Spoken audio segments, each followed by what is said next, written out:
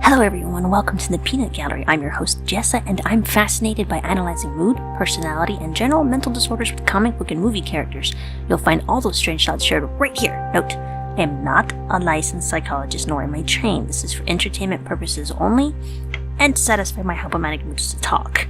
Again, I'm probably going to reiterate this throughout all the episodes. I am not a licensed nor trained psychologist. This is for entertainment purposes only, so I do hope you enjoy the episodes. Welcome to episode 7 of the Peanut Gallery. Today I've chosen Frank Castle.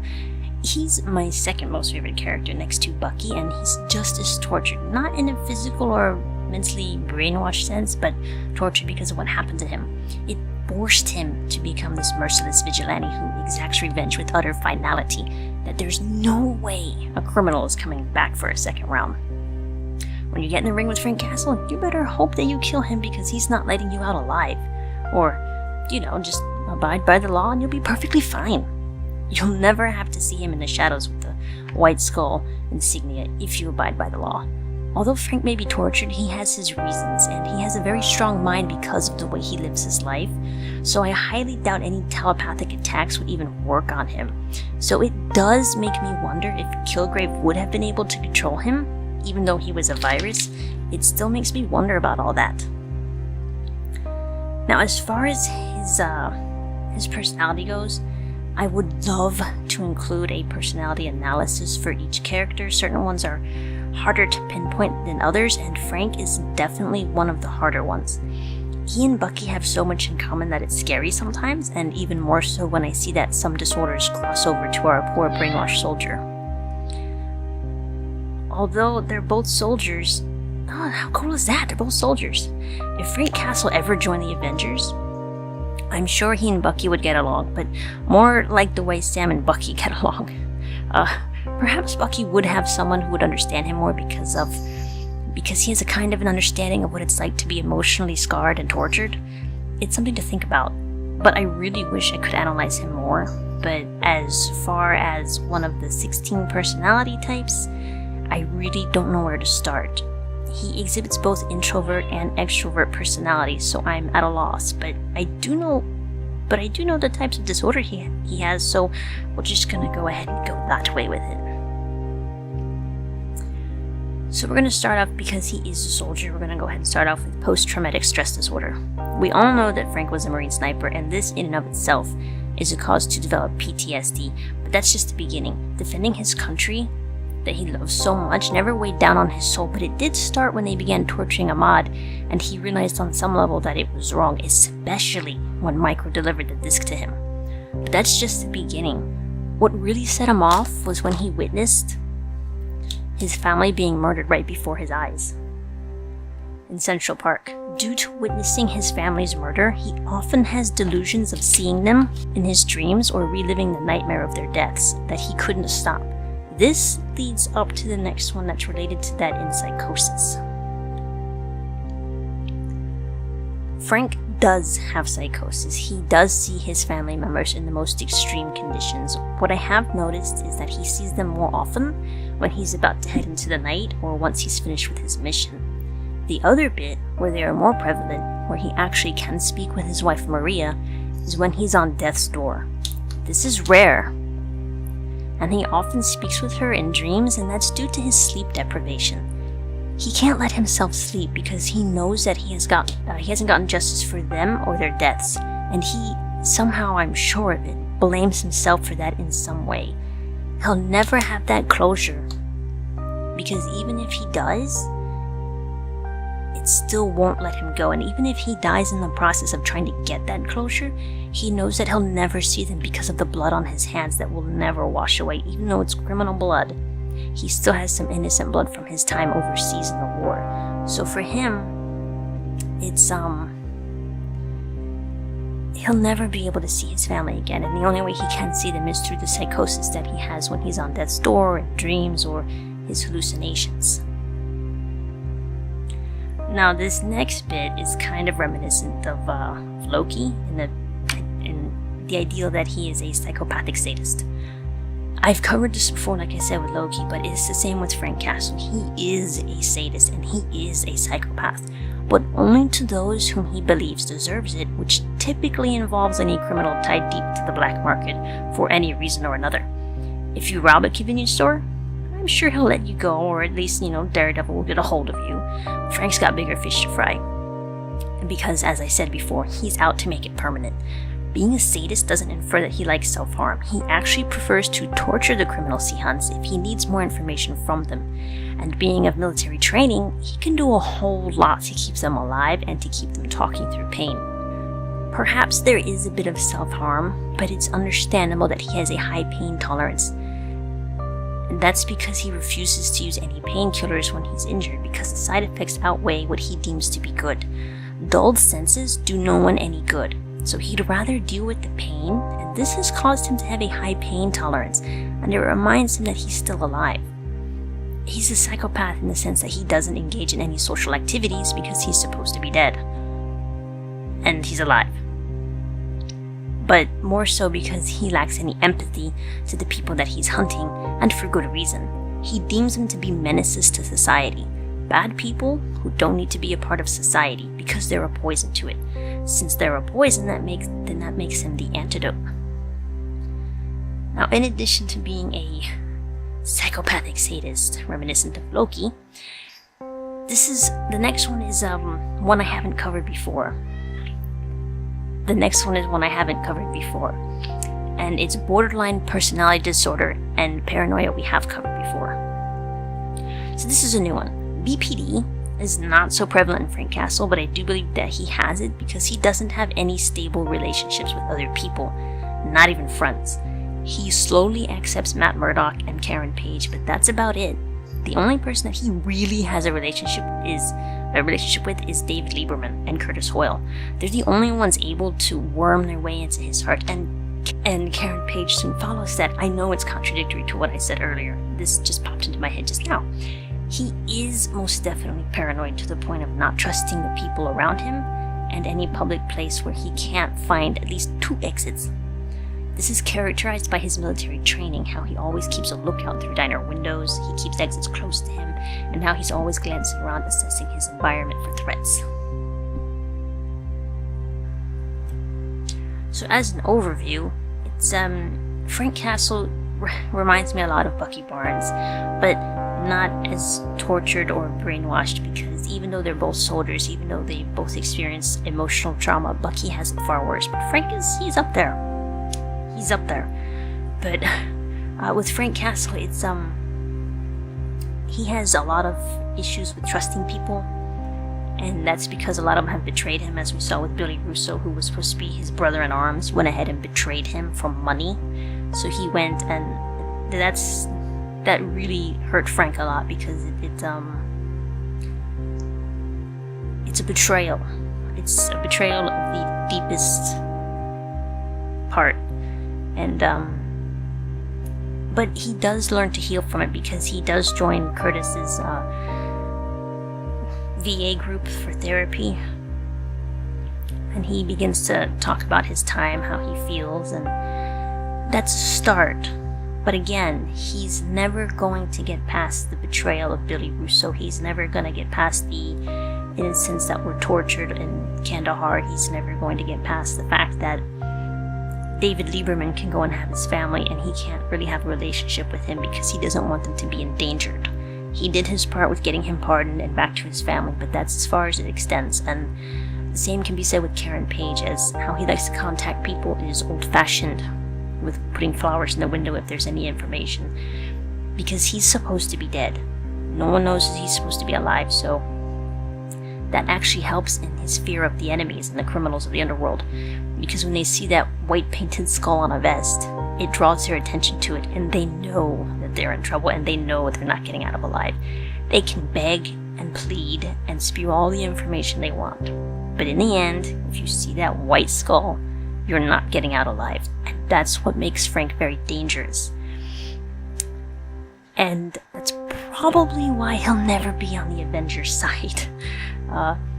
Is because of that, because his methods are unorthodox, his methods are permanent. He doesn't believe in putting them in jail or giving them a second chance, and like the Winter Soldier, that's mixed signals for people. Some people absolutely love him, and some people absolutely hate him, and some people are in the middle.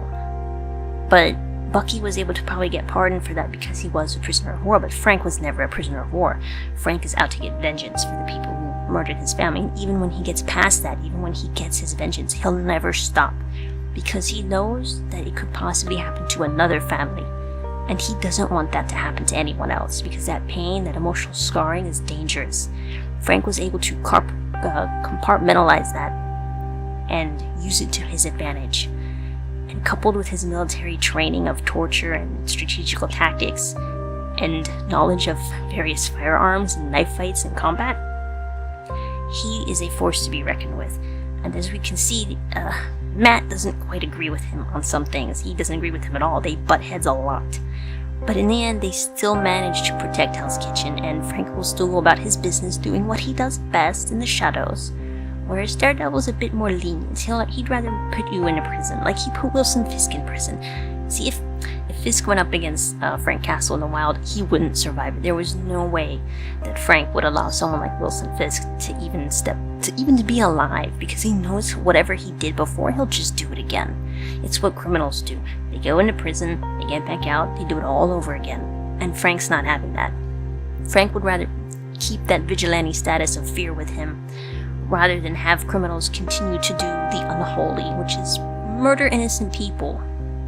Because that's what they do. These criminals with the underworld, the ones that Frank tangles with. Now, had Hydra gotten their hands on Frank instead of Bucky Barnes, could have been a different outcome. Frank might make a much more dangerous Winter Soldier. But then again, Hydra wouldn't be able to get their hands on Frank. He'd make sure of it. He'd probably rather kill himself than to get in the hands of the enemy. Or just find a way out and kill them all. It's Frank Castle. He has various methods that he can employ to get out of a situation. And as I said before, he has a high pain tolerance, and that's usually serves him well when he gets captured, as we saw with Billy Russo. The fact that he didn't break, and he never will break, shows what kind of a strong character he has and what kind of a high pain tolerance he has. He was shot with an arrow, and he still moved and fought like a soldier. The man's dangerous. Frank Castle's dangerous, but again, he's always plagued by psychosis because of his family, and even though he was able to kill their murderers, it won't stop it. He has a long road of healing ahead of him. And I'm really interested in Punisher Season 2, because I'm very curious to see what they're going to have there. Because again, he's supposed to be dead. But he has a new, he's not dead. He has a new identity, Pete Castiglione. And if you know anything, Frank Castle's real name is actually Francis Castiglione, so shortened to Frank Castle to Americanize it. So, Pete's going to be an interesting character, because I do know that people who know him as Frank will probably still call him Frank or Frankie. I don't think they'll actually call him Pete unless it's absolutely necessary in person. So I think it would have been an homage to him in the show if they had actually made his alter ego as Francis Castiglione instead of Pete Castiglione.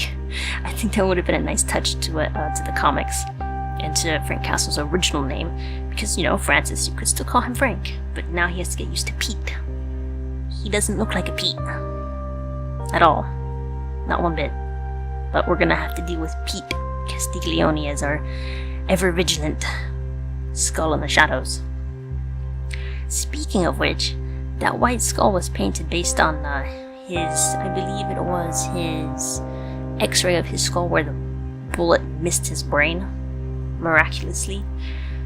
But it also draws attention to the center of his chest that's protected by the Kevlar, so if a criminal is going to shoot at him, they're going to aim for the skull because that's what they see first, and that's always their mistake. They should aim above it. But we all know that criminals are stupid. They're always going to be stupid, because they think they're right, and they're not, because they're stupid. But in any case, what I would really love to see is more interaction between Frank Castle and David Lieberman if he comes back. That would be nice to see, and maybe even some what's her name? Hold on. Some run-ins with Jessica Jones. I would really like to see that, because they're both heavy drinkers, and except she's got superpowers, so she could probably hurt him a lot more. Frank Castle will put up a fight. I'm sure he will.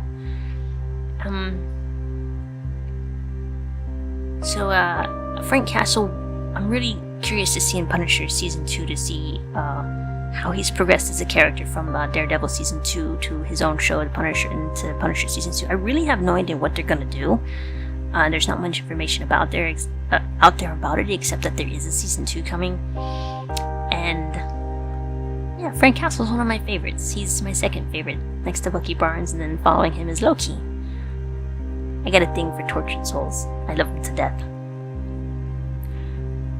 So this was Frank Castle, a tortured soul like Bucky Barnes, who is also in need of a very big hug. But this is just what I can analyze, and if you've got other ideas as to what may be wrong with our merciless vigilante, then by all means post in the comments. I would love to know what you thought of his analyzation, and maybe we can understand him a bit more, like I said earlier, when the next season comes out. I'm really excited for it, and despite him being all dark and brooding, Frank does have a fun side, and it was evident with Micro when he got drunk.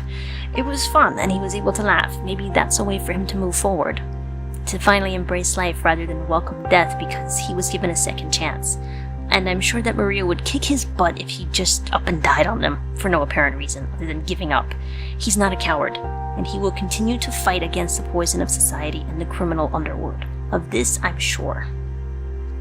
And I know that for a lot of people, even fans of the Punisher will probably find it hard to accept him as who he is, but I accept Frank Castle as he is. I understand his policies for taking care of the criminals, and it would be nice to see more of that. I would really love to see his arsenal, because as we know, he had that room full of weapons. That was a lot of weapons. And what I do know is how he gets those weapons. He raids the criminals he kills. He seems like the body looter type. He would totally loot a dead body for weapons and money, and use that said money to obtain more weapons and kill more criminals. So the criminal money, the blood money, is being put to good use, I assume. One would hope. And that's about it for Frank Castle. It's kind of short for my return, but I do hope that you enjoyed it, and as always, let me know what you thought of it, or if you've got anything else that might be wrong with our beloved vigilante of the night of Hell's Kitchen that everyone fears. I do want to see him combat with Fisco. That would be really fun to see Frank Castle and Wilson Fisco at it, because he did get him out of prison, so they have some history now. It'd be fun. It'd be interesting. Maybe he'll join the Defenders for a little while. Oh, I wish I could see him go against Thanos. That would be fun. It would be a quick fight, but it would be fun to see. It would be really fun to see. And again, this has been rather short. I'm gonna try to make them a little bit longer, but we'll see. We'll see how that goes. In any case, thank you again for listening, and let me know in the comments what you thought. I want to state for the record that I am not a licensed psychologist, nor am I claiming to be one. I'm just fascinated by mood, personality, and mental disorders of the world. They're not openly discussed, but as a society, we are getting there, and I really do enjoy comic book and movie characters. So instead of sitting at home and analyzing these ladies and gents myself and racking my brain over this, I thought I'd share it with the world. And let me know if I've done an okay job, a good job, or a horrible job at this, because this is all new for me. And don't forget to share this podcast if you liked it. Again, thank you for listening to my ramblings, and tune in next time.